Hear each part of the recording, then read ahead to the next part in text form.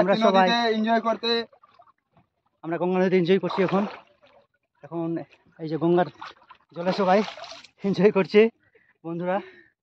আর এটা চলে গেছে আমাদের সাদুল্লাপুরের নদী, এখান থেকে সৃষ্টি হয়েছে। আর এইদিকে হচ্ছে মেন গঙ্গা আমাদের, এই সোজা চলে গেছে মেন গঙ্গা।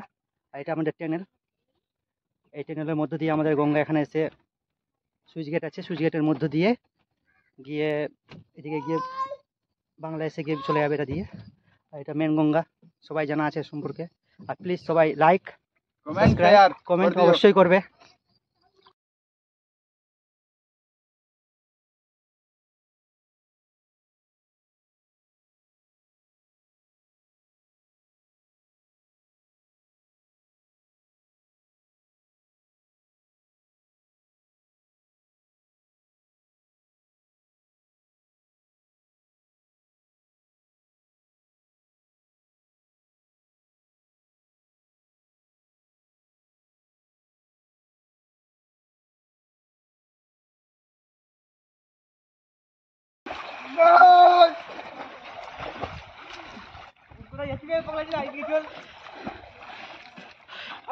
কেমন লাগছে, কেমন লাগছে?